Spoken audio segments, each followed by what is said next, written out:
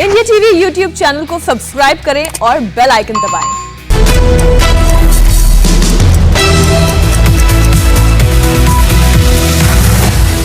नमस्कार, आप देख रहे हैं इंडिया टीवी। आपके साथ मैं हूं अर्चना सिंह। सुबह के 9 बजे हैं, वक्त है इस वक्त की 9 बड़ी खबरों का। आज हम आपको बताएंगे दिल्ली में मोदी और योगी की मुलाकात पर क्यों टिकी है देश की निगाहें। आज से अनलॉक हुए गुजरात में किन शर्तों के साथ खुल रहे हैं मंदिर और बाजार। असम के मुख्यमंत्री के किस बयान पर भड़क गए ओवैसी भाईजान। लेकिन सबसे पहले बात मोदी योगी मुलाकात की।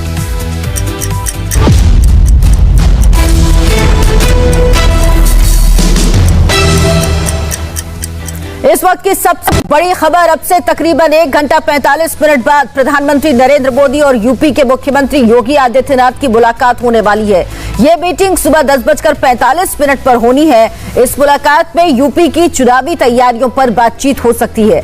यूपी में मंत्रिमंडल विस्तार पर भी मीटिंग में चर्चा हो सकती है। मोदी और योगी की इस मुलाकात पर पूरे देश की निगाहें टिकी हैं। दिल्ली से लेकर लखनऊ तक दिन भर राजनीतिक हलचल तेज रहने वाली है। योगी आदित्यनाथ कल अचानक ही दिल्ली पहुंचे थे और आज दिल्ली में उनका दूसरा दिन है। प्रधानमंत्री से मुलाकात के बाद मुख्यमंत्री योगी आदित्यनाथ दोपहर 12:30 बजे बीजेपी अध्यक्ष जेपी नड्डा से भी मिलेंगे। दिल्ली पहुंचते ही कल उन्होंने गृह मंत्री अमित शाह से मुलाकात की। ये मुलाकात तकरीबन 1.5 घंटे तक चली। इस मुलाकात के बाद दोनों नेताओं ने अपने अपने ट्विटर हैंडल पर मुलाकात की तस्वीरें जारी की। योगी ने ट्वीट किया, केंद्रीय गृह मंत्री अमित शाह जी से शिष्टाचार भेंट कर उनका मार्गदर्शन प्राप्त किया। मुलाकात के लिए अपना समय देने के लिए गृह मंत्री जी का आभार। योगी ने कल दिल्ली में कल ही कांग्रेस छोड़कर बीजेपी में शामिल होने वाले जितिन प्रसाद से भी मुलाकात की थी। मोदी और नड्डा से योगी की मुलाकात में किन किन मुद्दों पर चर्चा होगी, उसको लेकर भी अटकलों का बाजार गर्म है। यूपी की कैबिनेट में अभी 18 पोर्टफोलियो खाली हैं। ऐसे में मंत्रिमंडल में विस्तार और फेरबदल पर बात होने के आसार ज्यादा लग रहे हैं। 5 जुलाई को विधान परिषद की 4 सीटें भी खाली हो रही, उस पर भी बातचीत हो सकती है। यूपी में जिला पंचायत अध्यक्ष के चुनाव होने हैं। बीजेपी का लक्ष्य है कि 75 में से कम 60 जिलों में बीजेपी के जिला पंचायत अध्यक्ष हों। इसकी रणनीति को लेकर भी योगी से बात हो सकती है। यूपी पर दिल्ली में सियासी हलचल कितनी तेज है, इसका अंदाजा कल की सियासी गतिविधियों से लगाया जा सकता है। अमित शाह ने कल दिल्ली में योगी से मुलाकात करने से पहले अपना दल की अनुप्रिया पटेल से मीटिंग की। अमित शाह ने निषाद पार्टी के नेता संजय निषाद और सांसद प्रवीण निषाद से भी अपने आवास पर मुलाकात की। अनुप्रिया पटेल ने कुछ दिन पहले यूपी बीजेपी के अध्यक्ष स्वतंत्र देव सिंह से भी मुलाकात की थी। इस मुलाकात में उन्होंने मिर्जापुर, बांदा समेत कुछ और जिलों में जिला पंचायत अध्यक्ष पद पर दावेदारी मांगी। इन सारी मुलाकातों से पहले बीजेपी के संगठन महासचिव ने यूपी के मंत्रियों से मुलाकात की और उनकी रिपोर्ट हाईकमान को सौंप दी थी। इंडिया टीवी संवाददाता देवेंद्र पराशर दिल्ली से और रुचि कुमार लखनऊ से हमारे साथ जुड़ी हैं।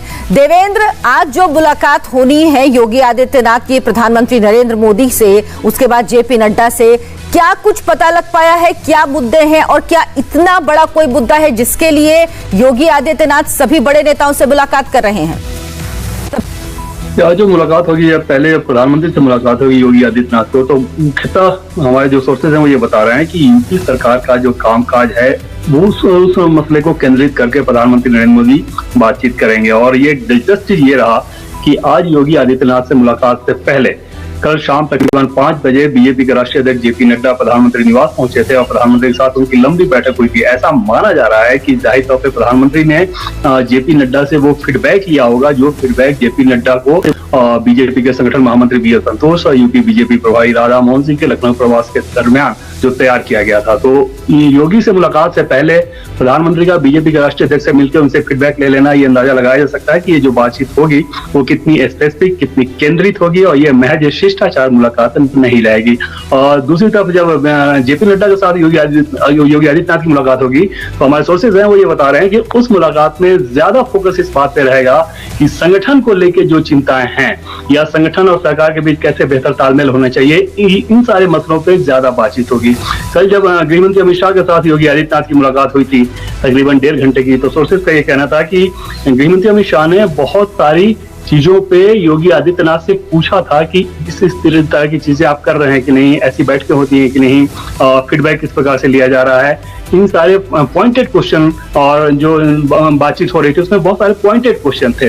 तो कुल मिलाकर अगले साल विधानसभा चुनाव से पहले कैसे संगठन और सरकार को दुरुस्त किया जाए, उस मकसद से इन तीनों बैठक को आप देख सकते हैं। बिल्कुल देवेंद्र, क्योंकि उत्तर प्रदेश में बीजेपी का संगठन कमजोर हुआ है बीते कुछ समय में। रुचि कुमार लखनऊ से हमारे साथ हैं। रुचि, संगठन महासचिव बीएल संतोष ने लखनऊ जाकर मंत्रियों से मुलाकात की, उन्होंने एक रिपोर्ट तैयार की और रिपोर्ट हाईकमान को दी गई। क्या यह रिपोर्ट ही दिल्ली में इस बैठकों का आधार है? देखिए, ऐसा है कि अगले साल फरवरी मार्च में उत्तर प्रदेश में चुनाव होने हैं, तो आमतौर पे इस तरह की बैठक तो पार्टी करती है, और वो भी बीजेपी जैसी पार्टी जिसको हमने देखा कि 2017 का जो विधानसभा चुनाव हुआ उत्तर प्रदेश में, जिसमें इतनी भारी बहुमत से बीजेपी जीती, उसके कुछ दिन बाद ही अमित शाह लखनऊ आए और उन्होंने पार्टी कार्यकर्ताओं की एक मीटिंग की और उसमें ये कहा कि आपको जीत मिल गई है तो इसका ये मतलब नहीं है कि आप कहीं शिमला मसूरी घूमने चले जाइए, अब आपको 2019 की तैयारी करनी है, जुट जाइए। इस तरह की पार्टी है, तो उसमें इस तरह की मीटिंग कोई बड़ी बात नहीं है कि कैसे विधानसभा चुनाव में जो आने वाला है अगले साल, उसमें बीजेपी दोबारा जीत हासिल करे, यूपी की सत्ता वापस ले। लेकिन क्योंकि पिछले कुछ दिनों में जब कोरोना आया और ऐसा कहा गया कि बहुत जगह लोग बहुत ज़्यादा नाराज़ हुए, बीजेपी के कार्यकर्ता भी नाराज़ हुए, क्योंकि जो सुविधाएं मिलनी चाहिए थी वो नहीं मिल पा रही थी। बीजेपी के 1 दर्जन विधायकों ने चिट्ठी लिख दी मुख्यमंत्री योगी आदित्यनाथ को। तो उसके बाद जो बैठकों का दौर जारी हुआ चला, उससे ऐसा लगा कि शायद केंद्रीय नेतृत्व यूपी के नेतृत्व से खुश नहीं है। तो सारी अटकलों के बीच आज मुख्यमंत्री योगी आदित्यनाथ मिल रहे हैं प्रधानमंत्री मोदी से और जेपी नड्डा से। लेकिन साफ है कि ये सारी जो कवायद है वो इसलिए ज़्यादा है कि अगले साल जो चुनाव है उसकी कैसे ज़्यादा से ज़्यादा तैयारी की जा सके, कैसे पार्टी को और मजबूत किया जा सके, कैसे पार्टी और सरकार में जो तालमेल है उसको बेहतर किया जा सके, कार्यकर्ताओं को खुश किया जा सके, और जितना जो जातीय समीकरण है उसको किस तरह से दुरुस्त किया जा सके। अर्चना, रुचि, सिर्फ उत्तर प्रदेश के मुख्यमंत्री से ही नहीं बल्कि सहयोगी दलों के नेताओं से भी लगातार बैठक चल रही है। अनुप्रिया पटेल अपना दल की, उनसे मुलाकात हुई, निषाद पार्टी के नेताओं से मुलाकात हुई। तो क्या कुछ खतरा है? बीजेपी को लग रहा है कि जो सहयोगी दल हैं वो कहीं और जा सकते हैं, कुछ उनमें नाराजगी है, या कैबिनेट विस्तार को लेकर ये मीटिंग को समझा जा सकता है? देखिए, ऐसा है, बीजेपी के लिए जो बीजेपी की हालत अभी है, जिस तरह के मजबूत पार्टी अभी है, जैसे सरकार चल रही है, उससे खतरा उसको छोटे दलों से नहीं है। लेकिन चुनाव है अगले साल, तो ऐसे में छोटी छोटी जो ताकतें हैं, छोटी छोटी पार्टीज हैं, जो रीजनल पार्टीज हैं, जिनका अपने इलाके में महत्व है, जहाँ पे उनकी पैठ है, जहाँ वो सीट जिता सकते हैं, तो बीजेपी की कोशिश यही है कि चाहे कोई नेता उसके पास 5 सीट भी हो, 8 सीट भी हो, उनसे बातचीत की जाए और उनको अपनी पाले में रखा जाए, जिससे जब चुनाव हो तो उसका जो वोट है, उसकी जो जाति का वोट है, वो कहीं और ना चला जाए। निषाद पार्टी है, वो पहले सपा में थी, फिर बीजेपी में आई थी, अभी फिर अटकलें हो रही थी कि वो समाजवादी पार्टी की तरफ फिर वापस जा सकते हैं। तो बीजेपी ये चाहती है कि ये जो जाति समीकरण है उत्तर प्रदेश में, वो चुनाव में सही रहे, जिस जाति के नेता का अपने इलाके में पैठ है उसको अपनी तरफ रखा जाए। बिल्कुल, और दिल्ली में जो बैठकों का दौर चल रहा है, आज योगी आदित्यनाथ मिलेंगे प्रधानमंत्री से, फिर जेपी नड्डा से उनकी मुलाकात है, इस पर भी लगातार हमारी नजर बनी हुई है। रुचि, बहुत बहुत शुक्रिया, हम अपडेट के लिए आपके पास लगातार लौटेंगे। दिल्ली में सियासी हलचल तेज है तो मुंबई में बारिश तेज हो रही है। आज लगातार तीसरे दिन इतनी ज्यादा बरसात हुई कि एक बार फिर से मुंबई पानी पानी हो गया। मुंबई के कई इलाकों में पानी भर गया, कहीं पानी घुटने तक भरा है तो कहीं कमर तक। लोगों को सड़क पर चलने में दिक्कत हो रही। इन 4 तस्वीरों में देखिए कैसे हर जगह पानी भरा हुआ है। अंधेरी सबवे से माटुंगा, माहिम और दादर तक सड़कें पानी में डूब गई। ऑफिस जाने वालों को काफी परेशानी हो रही। हर साल मुंबई में बरसात के मौसम में यही तस्वीर नजर आती है। सुबह सुबह बारिश हुई तो मुंबई का किंग सर्कल इलाका पानी में डूब गया। इंडिया टीवी संवाददाता राजीव सिंह की एक रिपोर्ट देखिए।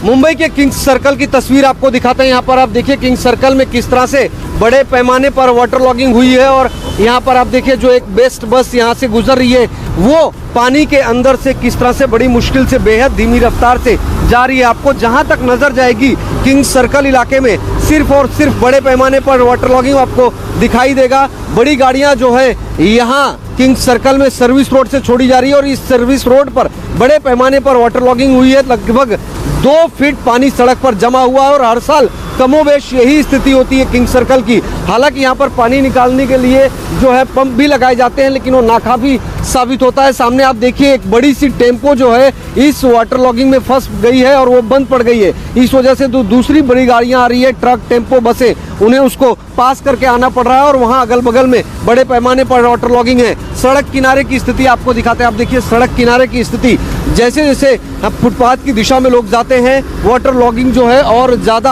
आपको दिखाई देगा। और सिर्फ यहीं पर नहीं, आपको दूसरी दिशा में भी दिखाते हैं किस तरह से बड़े पैमाने पर वाटर लॉगिंग इस सड़क पर आपको दिखाई देगा। जहां तक नजर जाएगी सिर्फ और सिर्फ पानी भरा हुआ है। तो किंग्स सर्कल की ये तस्वीर हर साल बारिश में होती है। अगर मुंबई शहर में घंटे 2 घंटे भी लगातार बारिश हो जाए तो ये स्थिति हो जाती है जमीनी तौर पर। हालांकि इस पानी की निकासी के लिए हर साल प्रशासन द्वारा दावे किए जाते हैं, लेकिन वो दावे कितने खोखले होते हैं उसकी जमीनी हकीकत यह है कि यहाँ पर जो पानी भरा हुआ है वो हर साल इसी तरह से नजर आता है। आप देखिए बड़ी गाड़ियां तो किसी तरह से इस वाटर लॉगिंग में निकल जाती है, लेकिन जो छोटी गाड़ियां हैं उनके लिए बहुत ज़्यादा मुसीबत होती है, बहुत ज़्यादा परेशानी होती है। आप देखिए सामने से एक कार आ रही है, लेकिन बड़ी ही मुश्किल से इसमें से बेहद धीमी रफ्तार से ये कार जा रही है, क्योंकि अगर इस पानी में कोई गाड़ी बंद पड़ गई तो उसके लिए कहीं ना कहीं मुसीबत हो सकती है। सामने एक बड़ी सी ट्रक भी आप बंद स्थिति में देख सकते हैं। और राजीव सिंह मुंबई से इस वक्त सीधे हमारे साथ जुड़ गए हैं। राजीव, क्या अभी भी मुंबई में बारिश हो रही है और कौन कौन से वो इलाके हैं जो सबसे ज्यादा प्रभावित हुए हैं, जहां जल जमाव है? अर्चना, देखिए मुंबई में जो निचले इलाके हैं, खासतौर पर परेल हो, एल्फिस्टन हो, इसके अलावा किंग्स सर्कल, वडाला, एंट्रॉफ हिल्स, सायन, घाटकोपर, चेंबूर, अंधेरी, गोरेगांव और मलाड, ये तमाम जो इलाके हैं जो निचले इलाके में गिनती किए जाते हैं, पूर्वी मुंबई, पश्चिमी मुंबई और मध्य मुंबई, इन तमाम इलाकों में अगर घंटे से 2 घंटे भी बारिश हो जाती है मुंबई शहर में तो चाहे सबवे हो वहाँ पर पानी भर जाता है, जो सर्विस रोड होते हैं वहाँ पर पानी भर जाता है, हाईवे के किनारे, फ्लाईओवर के नीचे जो है बड़े पैमाने पर वाटर लॉगिंग देखने को मिलती है। और यही वजह है कि जो सुबह सुबह बारिश हुई थी घंटे 1.5 घंटे तक, उसी दरमियान अंधेरी सबवे में पानी भर गया, उसी दरमियान किंग सर्कल और सायन में भी पानी भर गया। इसके अलावा हिंद माता परेल में भी इसी तरह लगभग 1 से 2 फीट तक पानी भर गया। जो सड़कें थी उसको डाइवर्ट करने की नौबत आ गई, गाड़ियों को डाइवर्ट करके दूसरी दिशा से छोड़ना पड़ गया। हालांकि फिलहाल अभी की स्थिति की बात करें तो अभी बारिश रुकी हुई है, लेकिन जो है बारिश की आंखमिचौली लगातार चल रही है, क्योंकि बारिश रुक रुक कर हो रही है, लगातार बारिश नहीं हो रही है। इस वजह से अगर थोड़ी देर बारिश रुक जाती है तो ट्रैफिक का मूवमेंट भी थोड़ा निकल जाता है। जो गाड़ियां सड़क पर रुकी हुई होती है वो पास हो जाती है, लेकिन जैसे ही बारिश शुरू होती है ट्रैफिक जाम की भी समस्या पैदा हो जाती है। बिल्कुल, तो जब पानी भरता है, जल जमाव होता है तो ट्रैफिक जैम भी होता है, जिससे लोगों को भारी समस्या होती है। राजीव, आप हमारे साथ बने रहिए, हम कुछ देर में फिर आपके पास लौटेंगे। तो मुंबई में आफत है, लेकिन गुजरात में आज से राहत है। आज से गुजरात में अनलॉक पार्ट 2 लागू हो रहा, लेकिन शर्तें लागू हैं। लॉकडाउन में छूट पर गुजरात सरकार ने गाइडलाइंस जारी की। क्या खुलेगा क्या नहीं अभी भी बंद रहेगा, बाकायदा इसकी पूरी लिस्ट दी गई। गुजरात में आज से दुकान, बाजार, होटल, रेस्टोरेंट, धार्मिक स्थल से लेकर लाइब्रेरी और पार्क तक खुल रहे हैं। अनलॉक होने के बावजूद पूरे गुजरात में नाइट कर्फ्यू रात 9 बजे से सुबह 6 बजे तक जारी रहेगा। दुकानें सुबह 9 बजे से शाम 7 बजे के बीच में खुली रह सकेंगी, लेकिन बाजार में 50 से ज्यादा लोग एक साथ इकट्ठा नहीं हो सकेंगे। होटल और रेस्टोरेंट भी 50% क्षमता के साथ सुबह 9 बजे से शाम 7 बजे तक खुल सकेंगे। होम डिलीवरी रात 12 बजे तक हो सकेगी। राज्य के सभी धार्मिक स्थल आज से खुल जाएंगे, लेकिन सामाजिक, राजनीतिक और धार्मिक कार्यक्रमों में 50 से ज्यादा लोग शामिल नहीं हो सकेंगे। लाइब्रेरीज को खोलने की अनुमति मिली है, लेकिन 50% क्षमता के साथ। जिम भी खुलेंगे, लेकिन 50% क्षमता के साथ। गार्डन सुबह 6 बजे से शाम 7 बजे के बीच में खुलेंगे। गुजरात अनलॉक इसलिए हो रहा है क्योंकि वहां कोरोना के केस में काफी कमी आई। गुजरात में पिछले 24 घंटे में महज 544 नए केस आए और सिर्फ 11 मौतें हुई। गुजरात में टोटल पॉजिटिव केस में भी कमी आई है और रिकवरी रेट भी अच्छा हो गया है। इंडिया टीवी संवाददाता निर्णय कपूर इस वक्त हमारे साथ जुड़े हैं। निर्णय, सोमनाथ से लेकर स्वामी नारायण मंदिर तक के लिए क्या गाइडलाइंस जारी की गई हैं? जो भक्त दर्शन के लिए जाना चाहते हैं उनके लिए क्या नियम है?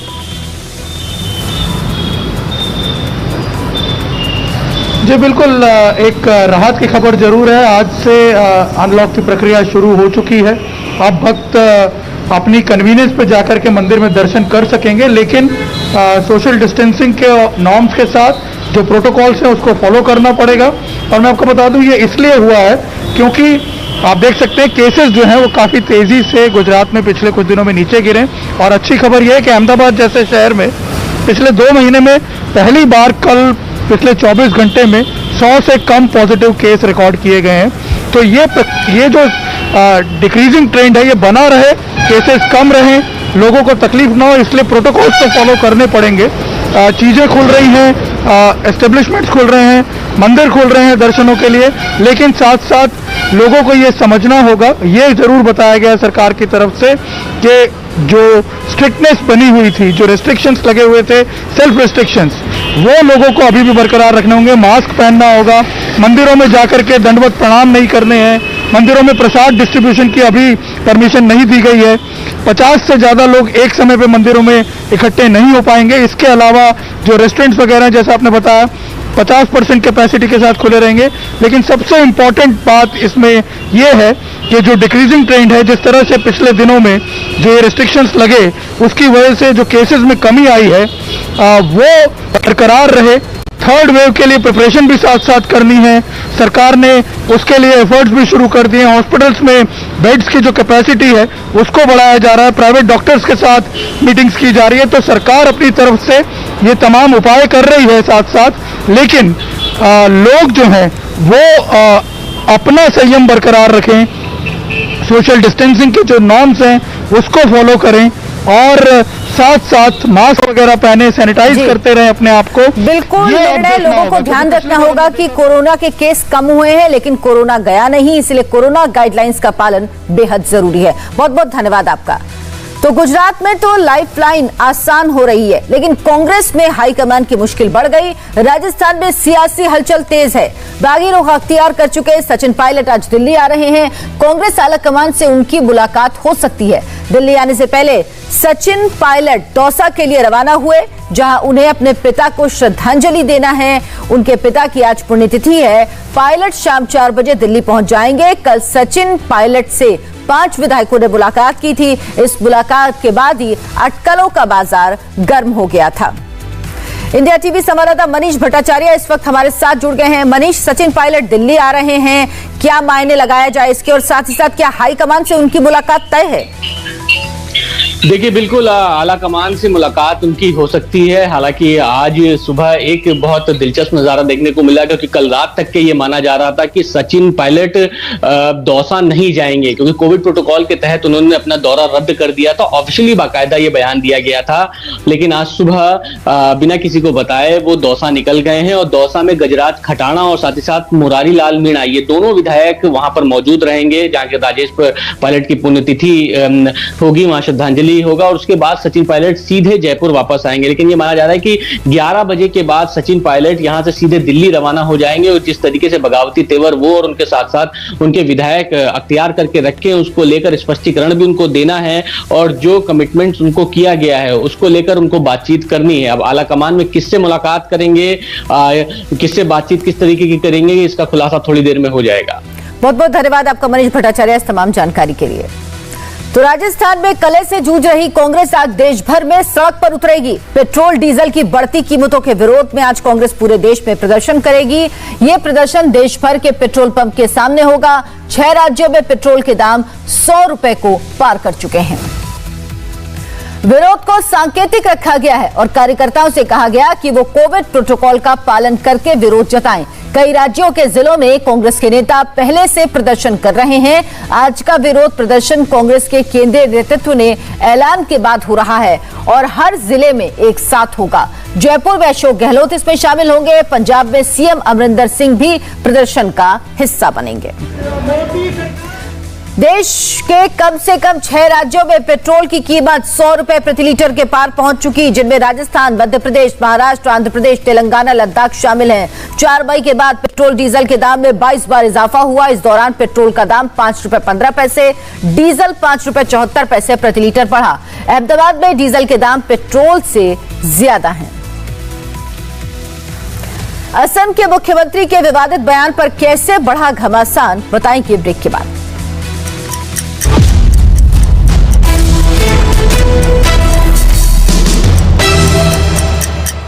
असम के मुख्यमंत्री हेमंत बिस्व शर्मा के एक बयान पर विवाद छिड़ गया। हेमंत बिस्व शर्मा ने मुसलमानों पर बयान दिया। यह बयान जनसंख्या नियंत्रण को लेकर था।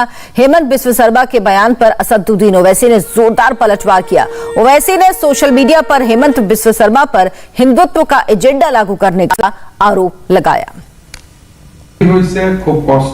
सरकार सभी गरीब लोगों की संरक्षक है, लेकिन उसे जनसंख्या वृद्धि के मुद्दे से निपटने के लिए अल्पसंख्यक समुदाय के सहयोग की जरूरत है। जनसंख्या वृद्धि गरीबी, निरक्षरता और उचित परिवार नियोजन की कमी की मुख्य वजह है। मेरी सरकार अल्पसंख्यक समुदाय की महिलाओं को शिक्षित करने की ओर काम करेगी ताकि इस समस्या से प्रभावी रूप से निपटा जा सके।